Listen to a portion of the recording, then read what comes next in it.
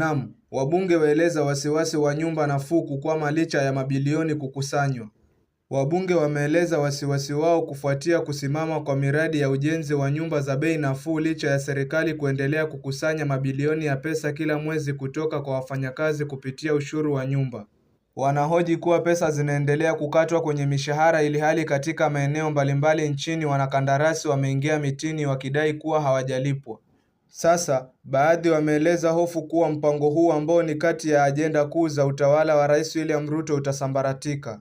Waziri wa Ardhi Alice Wahome pamoja na katibu wa wizara Charles Hinga wametakiwa kufika katika kikao cha dharura almaarufu Kamkunji siku ya Alhamisi kueleza zilikoenda pesa za kutekeleza ujenzi wa nyumba hizo za bei nafuu.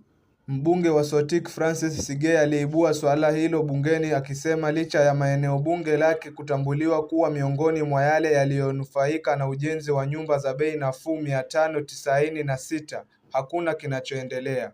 Bwana Sigei alihoji kuwa mwanakandarasi wa ujenzi wa nyumba hizo Sotik aliacha kazi sababu ya kutolipwa. Alidai mkandarasi huo alivunja mkataba kwa madai kwamba ulikiukwa.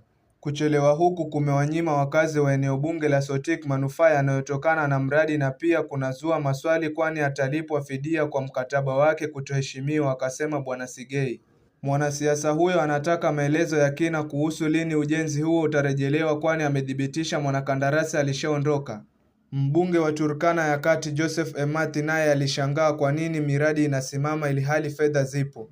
Kuna fedha za ushuru wa nyumba ambazo zinakatwa. Kwa nini malipo yanacheleweshwa? Wanakandarasi walipwe kwani makato yanawasilishwa kila mwezi, akaongeza. Mbunge wa Ingebe ya Kati Daniel Karito naye alifichua kuwa ujenzi wa nyumba hizo ulisitishwa katika eneo bunge lake miezi 4 iliyopita.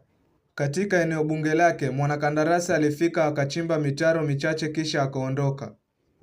Huu ni mradi muhimu sana kwa sababu hata rais mwenyewe amekuwa akizunguka akiuzungumzia. Fedha zipo, tunataka kuona kazi ikiendelea, alihoji. Mbunge wa Eldas Adan Keynan alisema wizara inapaswa kueleza wazi fedha zinazokusanywa kupitia ushuru wa nyumba zinaelekezwa wapi. Miradi hii ilipozinduliwa tulifurahi sote, lakini sasa imesimama. Ushuru huu uko wapi? Fedha ziko wapi? Kwa nini miradi ilianzishwa halafu ikasimama? Itakuwa aibu ikiwa miradi inayofadhiliwa kupitia ushuru itakwama, aliongeza Bwana Keynan. Mbunge wa Marakwet Mashariki Kang'ogo Bowen pia alisema hakuna shughuli za ujenzi ambazo zimefanyika eneo lake kwa muda wa miaka 2.